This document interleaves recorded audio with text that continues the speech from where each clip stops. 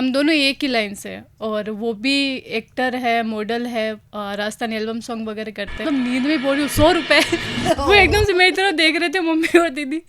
लेकिन उसका जाना थोड़ा चुभता है क्योंकि उस टाइम मेरे जीजू भी ऑफ हो गए थे। उसके दम पे कुछ करना, सिंगिंग में मैं नहीं जाना चाहती। तो हम लोग उस डेजर्ट में बैठे थे, वहाँ का जो मैन ओनर था उसने मेरी स्टोरी देखी और वो अभी राजस्थान फिल्म इंडस्ट्री को लेकर एक मीटिंग हुई थी, उसके बारे में आपकी क्या राय है? वो सिर्फ कोलैब में आ रहे हैं, उनको बस सपने दिखाए जाते हैं कि हम आपको एक अच्छा लेवल देंगे, आपको अच्छा काम देंगे। नमस्कार, स्वागत है आप सभी का हमारे पॉडकास्ट एनपी जोधा में। आज हमारे साथ है एक ऐसी हस्ती जिन्होंने अपनी आवाज़ और कला से लाखों लोगों के दिलों में अपनी एक अलग पहचान बनाई है। तो चलिए स्वागत करते हैं गुरमीत जांगीड़ का। स्वागत है गुरमीत जी आपका हमारे शो में। सबसे पहले तो मैं आपको धन्यवाद कहना चाहूँगी कि आपने मुझे एनपी जोधा पॉडकास्ट में इनवाइट किया। तो आप हमारे दर्शकों को बताइए कि आपकी सोशल मीडिया पे जर्नी कैसे स्टार्ट हुई? सोशल मीडिया जर्नी मेरी बहुत ही नॉर्मल रही है, ज़्यादा हार्ड नहीं थी क्योंकि मैं जॉब करती थी सेल्स गर्ल की, तो बहुत ज़्यादा टायर्ड हो जाती, तो बस ऐसे ही खुद का मन बहलाने के लिए मैं बस रील्स वगैरह स्टार्ट किया था मैंने। तो फिर जॉब के साथ साथ आप इन सब चीज़ों के लिए टाइम कैसे निकालते थे? लड़कियों का शौक होता है तैयार होना और मुझे तो कपड़ों का सबसे ज़्यादा शौक था। सो मैं तो बस कपड़ों को लेके ये होता था कि हाँ आज फ़ोटोज़ वीडियोज़ तो लेनी है, बस इसी क्रेज़ के साथ बनाना था वीडियोज़। तो जैसे जॉब से घर आती तो यही था वीडियोज़ बनाने हैं। क्या आपने सोचा था कि ये खुशी वाले वीडियोस आपको 1 मिलियन तक पहुंचा देंगे? 1 मिलियन का तो नहीं पता, बस वीडियोज़ का शौक था कि जैसे जैसे मतलब कुछ अच्छा करने की कोशिश करूँ तो वो धीरे धीरे आगे बढ़ ही रहा था। तो फिर ये था कि इसको रोकने से तो बेटर है कि आगे बढ़ते जाए, लेकिन 1 मिलियन कब हो गया मुझे खुद को नहीं पता। तो समाज की बातों को लेकर या कभी किसी कमेंट को लेके या फिर कभी किसी इंसान ने आपको बोला हो, आपकी फैमिली में से, फ्रेंड्स में से या सर्कल में से, जिससे आपको ऐसा लगा हो कि नहीं अब मैं आगे से वीडियोस नहीं कंटिन्यू करूँगी? समाज की बात या कमेंट को लेके ऐसा कुछ है तो मेरे परिवार ने आज तक मेरे ऊपर ऐसी बातें आने नहीं दी। मेरे से पहले मेरा भाई और पापा है जो इन चीज़ों को पहले स्टॉप कर देते हैं कि वो बस ये बोलते हैं कि तू अपना कर, ये जो भी बातें वो हम लोग हैंडल कर लेंगे। तो अभी तक तो मेरा ऐसा हुआ नहीं है कि मैं डिमोटिवेट हो जाऊँ, सारे मोटिवेट करने वाले हैं। ओके। वीडियोस के लिए आपकी फैमिली में सपोर्ट था शुरू से या फिर रोक टोक? सपोर्ट ही था। पहले थोड़ा था पापा को लेके कि ये क्या कर रही है, लेकिन मेरा जो छोटा भाई है वो मेरा सबसे बड़ा सपोर्टिव है। तो उसी ने बोला था कि हाँ तू कर, पापा को मम्मी को सब ने मतलब सबको उसी ने बनाया था, बोले कि करने तो इसको, इसका मन है तो इसलिए, बाकी रोक टोक तो नहीं थी कभी। इंस्टाग्राम के साथ साथ आपका यूट्यूब भी बना हुआ है, तो आपकी यूट्यूब जर्नी कैसे स्टार्ट हुई? वीडियोस कपड़ों को लेके मैं जितनी खुश थी ना, उसमें यही था कि राजस्थानी जो आउटफिट होती है उसको लेके मैंने कंटिन्यू वीडियोस बनाई थी। तो राजस्थानी वीडियोस में मुझे काफ़ी अच्छा रिस्पांस मिला था, तो उसी के थ्रू मुझे पहला सॉन्ग एल्बम सॉन्ग बनाने का ऑफ़र मिला था। तो बस ये था कि कपड़ों को लेके मुझे आगे बढ़ना था, उसके थ्रू मैं आगे आई। मेरा पहला एल्बम था तो वो मतलब पहली बार में वायरल हो गया। सो उसके बाद कंटिन्यू डिमांड आ गई, तो फिर यही था। जो आपने पहला एल्बम सॉन्ग शूट किया था उसमें आपका एक्सपीरियंस कैसा रहा? बहुत ही नर्वस, और मतलब ऐसा होता है ना कि अपन जो रील्स बनाते हैं वो बंद कमरे में बनाते हैं, तो मतलब अपन फ्री माइंड होके बना सकते हैं। करेक्ट। अब एकदम अनजान लोगों के सामने ऐसे मतलब एक्सप्रेशन देना, कैमरे के सामने खड़ा होना, भाई बहुत मुश्किल था मेरे लिए। मोस्टली आपकी वीडियोस में गहरी भावनाएं दिखती हैं, लोगों को ऐसा लगता है कि वो उनसे कनेक्टेड है। वीडियोस आसपास की कहानियाँ देख के बनाती हूँ मैं। जैसे कोई अपनी कहानी बता रहा है, कोई उदास है, किसी की फैमिली में लड़ाई झगड़ा हो गया हो, तो उनके रिलेटेड कुछ वर्ड्स ऐसे आ जाते हैं, माइंड में घूमते रहते हैं। तो वो ऐसा होता है कि हाँ मैं अपनी आवाज़ में इसको आगे बता सकूँ, कि उसको ऐसा ना लगे कि ये मेरी कहानी पूरी ऐसे है वैसे छाप दी। ओके, बेसिकली ज़मीन से जुड़ी हुई बातें। हाँ, लोगों को लग जाती है कि हाँ ये बिल्कुल मेरे रिलेटेड है। करेक्ट। सोशल मीडिया की दुनिया में आपका क्या स्ट्रगल रहा? स्ट्रगल तो यही होता है, खुद की जगह छोड़ के दूसरी जगह पे शिफ्ट होना। जैसे कि मैं सरदार शहर की रहने वाली हूँ और जैसे ज़्यादातर सॉन्ग वगैरह ये जोधपुर जयपुर इधर ही होते हैं। करेक्ट। तो बार बार अप डाउन तो अपन लोग करने से रहे, इससे यही था कि घर छोड़ के दूसरी जगह पे आना, अब अनजान शहर में नए लोगों से मिलना, ये भी होता है ना थोड़ा कि पता नहीं कैसे लोग मिलेंगे अपन को। और सॉन्ग के साथ साथ में ये भी होता है ना कि अपनी पढ़ाई भी स्टार्ट ही थी, तो अब दो जगह दिमाग तो अपन लोग लगाने से रहे। तो यही था कि पढ़ाई भी छोड़नी पड़ी और अपना शहर भी करियर आगे बढ़ाने के लिए। जोधपुर में आपको कितना टाइम हो गया? 5 साल होने को है। अब तक की जर्नी में आपका सबसे बड़ा अचीवमेंट क्या था और आपको कैसा महसूस हुआ? मेरी जर्नी में अब तक का अचीवमेंट खुद के दम पे कुछ करना। जैसे परिवार में मैं पहली ऐसी लड़की हूँ जो मुझे इतना फ्रीडम मिली है बाहर जाने के लिए, खुद के दम पे कुछ करने के लिए। तो ये था कि मेरा खुद का कुछ होना चाहिए, चाहे घर हो या कोई बिजनेस हो। तो मैंने अपना स्टोर ओपन किया था गर्ल्स वियर और रेंटल आउटफिट का। तो ये खुद के दम पे है। आज अगर मेरे पापा को कोई कुछ बोलता है तो मेन मेरे लिए है कि परिवार वाले खुश रहने चाहिए। अगर पापा मतलब खुश होते हैं तो मुझे डबल खुशी मिलती है। मेरी लाइफ का सबसे बड़ा अचीवमेंट यही है, और पापा को देख के तो मुझे सबसे ज़्यादा खुशी मिलती है। जैसे आपने हर बात पे अपने पापा का जिक्र किया है, तो लगता है कि आप फैमिली में सबसे क्लोज अपने पापा के हैं। लड़कियों की लाइफ में उनके सुपर हीरो उनके पापा ही होते हैं, और मेरी लाइफ में सबसे मेन इंपॉर्टेंट सिर्फ मेरे पापा है। मैं अपनी फैमिली में सबसे ज़्यादा प्यार सिर्फ अपने पापा से करती हूँ। अगर मेरी फैमिली में कोई झगड़ा भी हो जाता है तो पापा हमेशा मेरी साइड लेते हैं। और हमारी लाइफ में अभी तक इतना कोई स्ट्रगल नहीं आया। हम लोग बहुत आसान तरीके से ज़िंदगी जी रहे हैं, लेकिन पापा ने जो स्ट्रगल देखा है उनको देख के जो ऐसे मन में आता है ना, तो कभी ऐसा मैं कुछ नहीं करना चाहती जिससे पापा को हर्ट हो। तो पापा तो हमेशा रहेंगे सुपर भाई। हीरो, राइट जी। राइट। तो ये तो जो सारी लड़कियों के, जैसे आपने बताया कि सुपर हीरो पापा ही होते हैं, ऐसा कभी कोई रहा हो मौका कि पापा ने आपको डांट लगाई हो? हाँ, पहले हुआ था एक बार, जब पापा पहले इराक रहते थे तो मतलब बाहर ही रहते थे मोस्टली। मैं तो बड़ी होने के बाद मेरी फेस टू फेस उनसे बात हुई है। अभी 10 साल से वो घर पे रहने लगे हैं, वरना वो इराक ही रहते थे। 2-3 साल से 2 या 3 महीने के लिए घर आते थे। ओके। तो उस टाइम ये होता था ना कि बाहर रहते तो अभी परिवार वालों से सिर्फ हफ्ते में एक बार बात होती थी उनसे, तो कोई ना कोई उनके कान ऐसे भर देते थे। तो उनको लेके ऐसा हो जाता था कि एक बार मेरे को बहुत तगड़ी वाली डांट पड़ी थी। पता नहीं किस चीज़ को, वो किस्सा मेरे को याद नहीं है, पर डांट खतरनाक वाली पड़ी थी।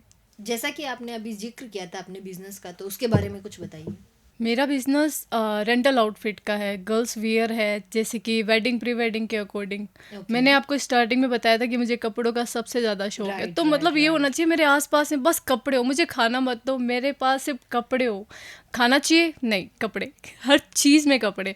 तो बस कपड़ों को लेकर यही था कि अभी रेंटल आउटफिट, जैसे हैवी आउटफिट अपन बनाते ही है, करेक्ट। तो यही ना जैसे मेरे शूट में भी काम आ जाए और वो रेंट पे भी चले जाए। तो बस इसी सिलसिले को आगे बढ़ाना है। तो फिर आपके पहले ऐसा था कि जॉब थी और अभी आपका बिजनेस हो गया, तो बिजनेस और ये सोशल मीडिया आपके एक साथ मैनेज कैसे होते हैं फिर? सोशल मीडिया और बिज़नेस की बात अगर आपने कही है तो यही है कि बिज़नेस में भी वापस बात कपड़ों की आनी है, क्योंकि मैं वीडियोस में भी वही चीज़ दिखाती हूँ जो मेरे स्टोर पे होता है, और स्टोर पे भी वही होता है जो मेरे वीडियोस में होती है। तो मतलब दोनों का कॉम्बिनेशन एक साथ में ही है कि उन कपड़ों का मुझे पब्लिक तक पहुँचाना है। तो राइट राइट। उसी आउटफिट में अपनी ऑन वॉइस में वीडियोस बनाती हूँ। आपके इन फ्यूचर क्या प्लान्स हैं और आप अपने काम में क्या नया ऐड करने जा रहे हैं? फ्यूचर प्लान तो बहुत बड़े हैं, जैसे ओके। खुद का घर लेना है। और अभी जैसे मैं ओन वॉइस में वीडियोस बनाती हूँ तो मुझे ये होता है कि मुझे सिर्फ शॉर्ट वीडियो में ही नहीं रहना है।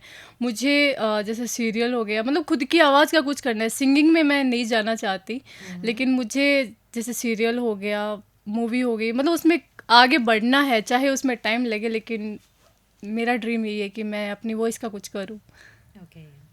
सीरियल की जब बात चली है, तो ऐसा कोई पर्टिकुलर सीरियल है जिसमें आप जानना चाहोगे? अभी अगर आपको मौका मिले तो कौन से सीरियल में आप जाना पसंद करोगे? सीरियल का नाम तो नहीं पता, लेकिन मेरा बस ये है कि खुद की आवाज़ का कुछ करना है। सीरियल चाहे कैसा भी हो, पर जो भी रोल मुझे मिलेगा उससे मैं बखूबी निभाऊंगी। चलिए रश्मि जी, सच सच बताइए कि एक 30 सेकंड की परफेक्ट वीडियो के पीछे कितने फनी रीटेक होते हैं? फनी रीटेक तो पूछो ही मत, मिनिमम 10-12 रीटेक तो ऐसे ही लग जाता है। जैसे मान लो अगर अपन हेवी आउटफिट ज्वेलरी वगैरह का शूट कर रहे हैं, तो यही होता है कि जैसे अपन शूट करना स्टार्ट करते हैं तो कभी ईयरिंग्स गिर जाता है, कभी हेयर करेक्ट। पीछे से ऊपर निकल जाते हैं। तो मतलब ऐसा हो ही जाता है, खुद को भी गुस्सा आता है लेकिन कंट्रोल भी नहीं कर पाते। लेकिन बनाना होता है वीडियो, कैसे भी बनाए, लेकिन रीटेक पे रीटेक तो लगता ही है। क्या कभी ऐसा हुआ है कि आपको सीरियस एक्टिंग करते करते हंसी आ गई हो? मोस्टली परिवार के सामने अगर अपन वीडियोस बनाते हैं तो यही होता है कि अपन सीरियस हो ही नहीं पाते। मेरे मुंह पे भले कॉमेडी ऐसे सूट ना होती हो, लेकिन किसी के चेहरे देख के मेरे को हंसी आ ही जाती है। कोई नॉर्मली मूवमेंट भी होता है तो भी मेरे को हंसी निकल ही जाती है। और सीरियस मैं बहुत कम चांस में होती हूँ। जब मैं अकेले बैठी रहती हूँ तो मैं सीरियस होती हूँ, तो उस टाइम मेरे पास कोई नहीं होता तो मेरी हंसी नहीं निकलती। बट लोगों के सामने मैं सच में सीरियस मोमेंट पे मेरी हंसी निकलना तो जायज़ है भाई। कभी ऐसा हो कि आप बिना मेकअप के हो और आपको कोई फैन मिल जाए जो बोले कि आप वही रश्मि जी हैं जो इंस्टाग्राम पे वीडियो बनाते हो, तो कैसे मैनेज करते हैं आप? ऐसे किस्से तो होते ही रहते हैं। जैसे जोधपुर में अपन लोग कहीं पर भी जाते हैं ना, जैसे मान लो सिटी बस में मैंने बहुत कम चांस है, मतलब आना जाना होता है, लेकिन बहुत बार ऐसा होता है कि सामने बहुत सारे ऐसे बैठे हैं, वो एक बार फ़ोन में देख रहे हैं, एक बार हमें देख रहे हैं, मतलब ऐसे किसी ऐसे देखो, फिर मन में ही होता है भाई मैं ही हूँ, मैं ही हूँ। फिर वो बस से उतरने के बाद पीछे से मैसेज करते हैं कि अभी आप हमारे सामने बैठे थे, तो भाई मुझे बतला लेता, मैं कि थप्पड़ थोड़ी मारी थी। सही बात है। इसी से रिलेटेड कोई किस्सा है जो आपको याद आ रहा हो, अगर आप हमारे साथ शेयर करना चाहें तो? हाँ, एक बार हम लोग जैसलमेर गए थे। ओके। डेज़र्ट का नाम नहीं पता, बट हम लोग वहाँ पे मतलब खाना-वाना खा रहे थे, बैठे थे, एन्जॉय कर रहे थे नाइट फंक्शन वगैरह। तो वहाँ का जो मेन ओनर है, वो मतलब मैं कभी स्टोरी वगैरह नहीं लगाती, सेम डे की आज मैं इधर हूँ। मेरी हमेशा आदत है कि 1 वीक के बाद या 1 मंथ के बाद मैं स्टोरी वगैरह लगाती हूँ उस राइट, चीज़ राइट। की। तो हम लोग उस डेज़र्ट में बैठे थे, वहाँ का जो मेन ओनर था, उसने मेरी स्टोरी देखी और वो कम से कम 15-20 मिनट से मुझे ढूंढ रहा था कि गुरमीत जी हमारे डेजर्ट में आए हैं। तो फिर वो हमसे मिले और मतलब बहुत अच्छा लगा, और उन्होंने हमें सच में बहुत अच्छे से ट्रीट किया, और वहाँ का माहौल और उनका बिहेवियर भी हमें बहुत अच्छा लगा। लेकिन ये चीज़ सच में बहुत अच्छी लगती है यार, कि फ़ेम जो मिली है ना, वाक़ई में। वीडियो बनाते टाइम और पूरे दिन इंस्टा से जुड़े होने के कारण आपके कभी ऐसा हुआ है कि आप सो रहे हो और आपको बैकग्राउंड म्यूजिक बन रहा है और आपने वहीं पे सोते सोते एक्टिंग स्टार्ट कर ली? ऐसा तो नहीं हुआ, बट कुछ ऐसे किस्से होते हैं ना जो माइंड में रह जाते हैं। जैसे मैं जॉब करती थी, मैंने बताया था कि मैं सेल्स गर्ल की जॉब की है। हम्म। बट वहाँ जॉब करने से पहले जब स्टार्टिंग मैंने फर्स्ट डे गई थी स्टोर पे इंटरव्यू देने के लिए, तो राइट। उन्होंने ये बोला था, मतलब बहुत बड़ा शोरूम ऐसा था शहर में। हम्म। तो उन्होंने ऐसा बोला था कि आपको अगर यहाँ जॉब करनी है तो आपको सारी चीज़ों का पता होना चाहिए। ठीक तो है। मैं शाम को इंटरव्यू लूँगा। अब पहली बार था, मुझे सच में इन चीज़ों से डर लगता है, मैं एकदम से नहीं बोल पाती, लोगों का आगे खुल नहीं पाती। तो यही था कि वहाँ पे बहुत सारी ऑलरेडी मैम वगैरह जॉब करती थी, तो उन्होंने मुझे एक एक चीज़ के बारे में बताया कि ये इतनी प्राइस की है, ये इतनी प्राइस की है। मैं सुबह से लेकर शाम तक उन्हीं चीज़ों में हूँ कि एक एक चीज़ मेरे को पता होनी चाहिए भाई, कैसे ना कैसे करके मुझे इंटरव्यू में पास होना है। तो वो माइंड में ऐसे घुस गए कि ये 100 रुपये, ये 200 रुपये, ये 1000 रुपये ऐसे। ओके। तो यही था कि उसके नेक्स्ट डे मैं मतलब घर में ऐसे सो रही थी, मतलब शाम के टाइम में, तो मम्मी और दीदी पास से बैठे बात कर रहे थे, तो नींद में उठ के मैं ऐसे मतलब नींद में बोल रही हूँ 100 रुपये। वो एकदम से मेरी तरफ देख रहे थे मम्मी और दीदी, मतलब वो किस्से सच में ऐसे याद आते हैं कि वो आज भी हम सब लोग साथ में बैठते हैं ना, तो वो चीज़ को लेके हम सब लोग हंसते हैं भाई, खतरनाक सीन था कि ऐसे माइंड में लोड पड़ता है तो ये चीज़ें होती है। और म्यूजिक में भी हो ही जाता है बहुत बार, भले ही नींद हो चाहे कुछ भी हो, हाथ तो उठने लगते हैं भाई। Right, right. इससे ये शो होता है कि अगर आप किसी चीज में जाते हैं तो पूरा उसमें इन्वॉल्व हो जाते हैं, पूरा घुस ही जाता है कि माइंड में 24/7 वही चल रहा है। घुसना तो पड़ता ही है। देखो, अगर मन में कोई चीज़ ऐसा होता है ना कि करना है, काम करना है, करेक्ट। कैसे न कैसे करके, अभी जैसे मान लो अब मेरे घर में सबको इतनी फ्रीडम मिली है ना, तो कोई ऐसे गलत रास्ते तो जाना ही नहीं चाहता, तो फिर वो ये करते हैं कि चलो इतनी फ्रीडम दी है तो उसका कुछ ऐसा फ़ायदा उठाया जाए कि उनको ऐसा लगे कि भाई हमने कुछ गलत नहीं किया अपने बच्चों को फ्रीडम दे के। और हर एक चीज़ में घुसना तो जायज़ है भाई, करना है कुछ ना कुछ कैसे न कैसे करके। अभी आपकी सोशल मीडिया भी ठीक चल रही है, खुद का बिजनेस भी है, तो अब शादी को लेके आपके क्या ख्याल है? शादी की बात तो देखो, जैसे जैसे लड़की बड़ी होती जाती है तो फैमिली वाले बोलते ही ऑब्वियसली शादी के लिए। और मेरी लाइफ में भी ये किस्सा आया है भाई, शादी कर ले। लेकिन मेरा ये है कि पहले मुझे अपना ड्रीम पूरा करना है। शादी होती रहेगी, लेकिन जिस बंदे से मेरी शादी होगी वो भी मेरी इंडस्ट्री में है, हम दोनों एक ही लाइन से हैं, और वो भी एक्टर है, मॉडल है, राजस्थानी एल्बम सॉन्ग वगैरह करते हैं। तो उनका भी यही कहना है कि जब तक अपन लोग सक्सेस नहीं हो जाते तब तक अपन लोग शादी नहीं करेंगे। जैसा कि आपने बताया आप दोनों ही एक ही लाइन से हैं, तो क्या ये लव मैरिज है? लव मैरिज नहीं बोल सकती, बट अभी 6 साल से हम लोग साथ रह रहे हैं तो सबको ये लगता है कि लव मैरिज है, लेकिन ये अरेंज मैरिज है। और वो पहले दिल्ली में वर्क करते थे, मतलब मॉडलिंग वगैरह करते थे, और मैं ओके। राजस्थानी इधर एल्बम सॉन्ग वगैरह करती थी। तो उनका ये था कि मुझे भी राजस्थानी एल्बम सॉन्ग वगैरह करने हैं, तो लॉकडाउन के टाइम मैंने उनको इधर राजस्थान बुला लिया था। मेरा एक शूट था तारानगर, तो वो हमारी साइड ही पड़ता है उधर सरदार शहर में, तो मैं उनको लेके गई थी 3 दिन हम लोग, मतलब वो मेरे घर पे ही रुके थे। तो पापा से जैसे बातचीत हुई, मुझे ये नहीं पता था वो मेरी कास्ट का है, ओके। क्योंकि बहुत सारी क्या बोलते हैं गोत्र जो होती है वो अलग अलग होती है, तो हम्म। मुझे नहीं पता था कि मेरी कास्ट में ये गोत्र भी आती है। तो पापा ने उनसे बात की तो पापा को पता चला कि ये हमारी कास्ट का है। तो पापा को अच्छा लगा, मतलब पापा को कोई चीज़ अच्छी लगी मतलब पत्थर की लकीर है। तो उनके बाद ये था कि दोस्ती कब प्यार में बदल गई मुझे भी नहीं पता। हम साथ ही रहते हैं, साथ में वर्क करते हैं, 6 साल हो गए हमें साथ रहते हुए। तो लव विथ अरेंज या अरेंज विथ लव, कुछ भी बोलो, हाँ, बेसिकली यही हो गया कि शादी लव है कम भाई। अरेंज या फिर अरेंज कम लव, दोनों ही। हाँ।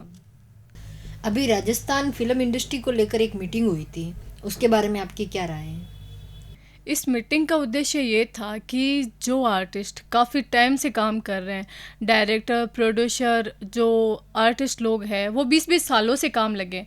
लेकिन अभी की जनरेशन में जो सोशल मीडिया के थ्रू जो इन्फ्लुएंसर आ रही है, नया चेहरा जो अपन को देखने को मिल रहा है, वो सिर्फ कोलैब में आ रहे हैं। उनको बस सपने दिखाए जाते हैं कि हम आपको एक अच्छा लेवल देंगे, आपको अच्छा काम देंगे, आपको एक अच्छी फेम देंगे। उसके थ्रू क्या है कि जो पहले की जो आर्टिस्ट थी, जो पैसे लेके काम करते थे, वो सिर्फ घर ही बैठे हैं, उनको काम नहीं मिल रहा।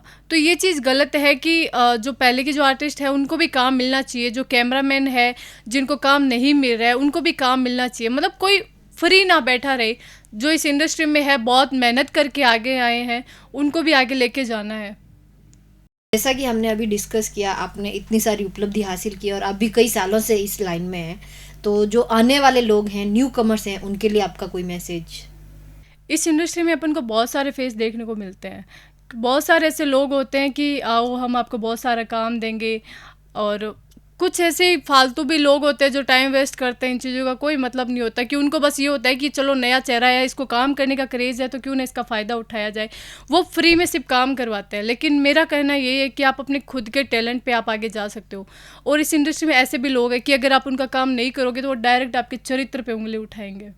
ये चीज़ें मैंने भी फेस की है, लेकिन मैं उन लोगों को रिपीट कोई जवाब नहीं देना चाहती, क्योंकि मैं अपने दम पे आगे जा सकती हूँ, और ये चीज़ मैंने आगे की है।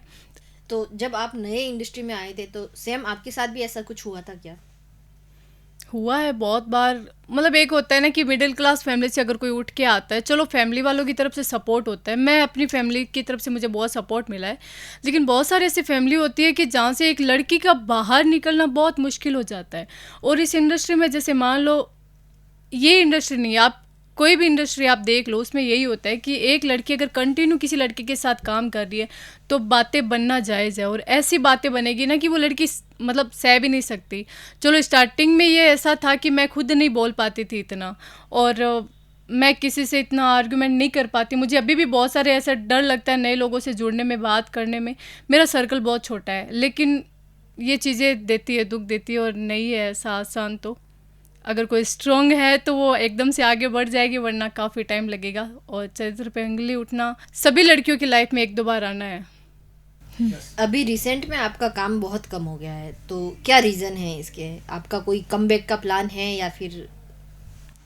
कम बैक तो करना है, लेकिन थोड़ा टाइम लगेगा। काम कम करने का रीज़न ये था कि मेरे बैक में लग गई थी, छोटा ओके। सा एक्सीडेंट हो गया था। जब मैं घर जा रही थी तो बस का एक्सीडेंट हुआ था, तो बैक में लग गई थी। उससे पहले एक बार शूट में लग गई थी, गाड़ी खड्डे में गिरी थी तब। तो उसके बाद क्या बैक में पेन रहने लग गया, तो मैं काम नहीं कर पाती अभी, मतलब ज़्यादा देर खड़ी नहीं रह सकती, डांस नहीं कर सकती। तो उसके लिए मैंने थोड़ा स्पेस लिया था। और खुद का मतलब ये था कि अभी जब मेरे को इतनी फ्रीडम मिल रही है, घर वाले शादी की बात कर रहे हैं बार बार, तो मुझे ये होता है कि अगर मुझे इतनी फ्रीडम मिली है तो मैं खुद का कुछ कर लूँ, ताकि मुझे ऐसा ना लगे कि पापा ने मुझे इतनी फ्रीडम दे के गलत कुछ किया है। क्योंकि मैं अपने दम पे कुछ नहीं कर पाई, तो खुद को टाइम देना था मुझे, इसलिए मैं थोड़ा स्पेस लेके बैठ गई। बाकी कमबैक ज़रूर करेंगे। हाँ, आपने कई सारे एल्बम सॉन्ग किए हैं, तो ऐसा कोई पर्टिकुलर सॉन्ग जो आपका फेवरेट हो? खुद के गाने जो बनाए हैं उनमें भी बहुत सारे ऐसे गाने हैं, पर सबके नाम बताऊंगी तो सुनते रह जाओगे। काफ़ी ऐसे गाने हैं, उसमें एक गाना वो भी था इत्तल पित्तल, और टी सीरीज़ के भी काफ़ी गाने हैं, पायल वगैरह। जो गाने मुझे अच्छे लगते हैं मैं सुनती हूँ बहुत बार, लेकिन इससे ज़्यादा मैं पंजाबी गाने सुनना ज़्यादा पसंद करती हूँ। अब तक की जर्नी में ऐसा कोई किस्सा जो आपको बार बार याद आता हो? मेरी लाइफ का एक ही किस्सा है जिसे मैं कभी खुद से दूर नहीं करना चाहती। कहते हैं ना, कोई चीज़ अपन कितना भी पास में रख लो या कितना भी छुपा के रख लो, नज़र लगी जाती है। मेरा एक दोस्त था जो 7 साल से मेरा बेस्ट फ्रेंड था, लेकिन उसकी रिसेंटली डेथ हो गई। मुझे भी नहीं पता, 1 महीने बाद पता चला उसकी डेथ के। गोलू का जाना थोड़ा सा चुभता है, क्योंकि कहते हैं ना कि अपन दिन में अगर 4 घंटे 5 घंटे कंटिन्यू पर डे अपन ऐसे बात करते हैं उससे, और 1 महीने से अगर उससे बात नहीं हो रही है, मतलब अपनी लाइफ की एक एक छोटी से छोटी बात अपन उससे शेयर करते हैं, वो बंदा मेरा गुस्सा सहन कर लेता लेकिन रिपीट में कुछ बोलता नहीं। मतलब उसे इतना लगाव हो गया था एज ए दोस्त, मतलब मेरे परिवार में, मेरे ससुराल में सब उससे बातें करते थे। इतना मासूम था, उसको देखे ना वो सच में ऐसे ऐसा लगे कि अगर आप लोग भी अगर उससे बात करते हैं तो कभी ऐसा सोच नहीं पाते कि मैं इससे फर्स्ट टाइम बात कर रहा हूँ। लेकिन उसका जाना थोड़ा चुभता है, क्योंकि उस टाइम मेरे जीजू भी ऑफ हो गए थे। तो यही था कि मैं अपनी बातें किसी को शेयर ही नहीं कर पाती थी, घर में किसी को नहीं बोल पाती थी। अभी जीजू ऑफ हुए तो अब घर में थी मैं, अब घर में सब लोग आ जा रहे थे, अब पापा मम्मी उन सबको स्ट्रॉन्ग बनाने के चक्कर में मैं नहीं रो पा रही। तो मेरे मन ही मन में ऐसा हो रहा था कि गोलू बस एक बार कॉल उठा ले तो मेरा उससे बातचीत हो जाए, उससे कुछ तो बात हो कि मैं एक बार उसको बता दूँ ताकि मेरा मन हल्का हो जाए कि लाइफ में ये हो रहा है। लेकिन कुछ भी नहीं बता पाई। मैंने उसको इतने कॉल किए थे, मतलब एक दिन में 10-10 12-12 30-30 कॉल किए मैंने। फिर लास्ट दिन 1 महीने बाद में मैंने उसको कॉल किया था, मतलब उस दिन मैंने कम से कम 40-50 उसको कॉल किए होंगे। तो नेक्स्ट डे उसकी मम्मी का कॉल आता है शाम को गोलू के नंबर से। मैं इतनी खुश हुई थी गोलू का कॉल लेके कि मतलब गोलू का ये कॉल आज आया तो 1 बात हो महीने बाद। जाएगी हाँ, इतने दिनों बाद। तो उसकी कॉल जैसे उठाई तो उनकी मम्मी की वॉइस आई कि रश्मि तुम्हें पता चला। मतलब उनकी मम्मी की आवाज़ सुन के मेरे को ये हो गया यार गोलू के मुंह से मम्मी कैसे बोल रहे हैं। तो उनकी मम्मी ने ऐसा बताया कि तुम्हें पता चला कि गोलू नहीं रहा। मतलब 1 महीने से जितना मैं कंट्रोल कर रही थी ना रोना, तो वो उस टाइम इतना रोना हुआ ना सच में। मैं वो रात मेरे लिए बहुत बड़ी थी, क्योंकि मैं उस टाइम जोधपुर आने वाली थी। हर बार ऐसा होता था कि बस मैं बैठी और मतलब रात का कोई पता ही नहीं चला, लेकिन उस रात मैं पूरी रात बैठे बैठे आई हूँ, और वो रात मेरे लिए बहुत बड़ी थी। मैं नहीं बता सकती उसके बारे में, मतलब उसके किस्से इतने ऐसे हैं ना। लेकिन मैं चाहती हूँ कि वो जहाँ भी है, उसका जहाँ भी जन्म हुआ है वो खुश रहे। लेकिन इस किस्से को मैं अपनी लाइफ में कभी नहीं भूलना चाहती। हर बार उसका जिक्र आएगा दोस्ती के लिए, चाहे कहीं पर भी हो। ये तो आपने माहौल को थोड़ा सा गंभीर रूप दे दिया। चलिए थोड़ा फनी क्वेश्चन की तरफ चलते हैं हम। आप मेरे को बताएं कि बिना फिल्टर वाली यानी कि बिना मेकअप वाली रश्मि कहाँ मिलती है, कैमरे के आगे या किचन में? किचन में। कुकिंग का शौक रखते हैं आप ऐसा? बिल्कुल, खाने के भले मेरे ऊपर लगता नहीं हो, लेकिन खाना बनाने का शौक है भाई, कुछ भी कहो जाए। अगर आपको 24 घंटों के लिए इंस्टाग्राम का सीईओ बना दिया जाए तो आप सबसे पहला चेंज क्या करोगे? लड़कों की आईडी से इंस्टाग्राम के फ़िल्टर, क्योंकि यही लोग हैं जो हर बार लड़कियों की आईडी में जाके बोलते हैं आप फ़िल्टर लगा के फ़ोटो लगाइए, फ़िल्टर लगा के वीडियो बनाइए। आप लोग नहीं लगाते। यही बेस्ट है एक्चुअली भाई। इस बात में मैं समर्थन में हूँ आपके। आपको जरूर बनाया जाएगा एक दिन। मैं चाहती हूँ। आपके सोशल मीडिया पे 1 मिलियन फॉलोअर्स हैं, तो बहुत सारे डीएम्स और कमेंट्स आते होंगे आपको। उनमें सबसे फनी कमेंट या डीएम जो आपको लगा हो कि ये क्या था? कमेंट्स तो बहुत सारे आते हैं, लेकिन उनमें से एक कमेंट मेरे को ऐसा लगता है कि जब भी मैं मेरी और नितिन की फ़ोटो या वीडियो कुछ भी अपलोड करती हूँ, तो उनमें मेन कमेंट ये आता है कि आप दोनों की शक्ल मिल रही है, आप दोनों भाई बहन हो क्या। अरे भाई धनी है मारो। लगते हैं चेहरे मिलते हैं उनसे, मतलब अलग ही वे हो जाता है भाई साहब।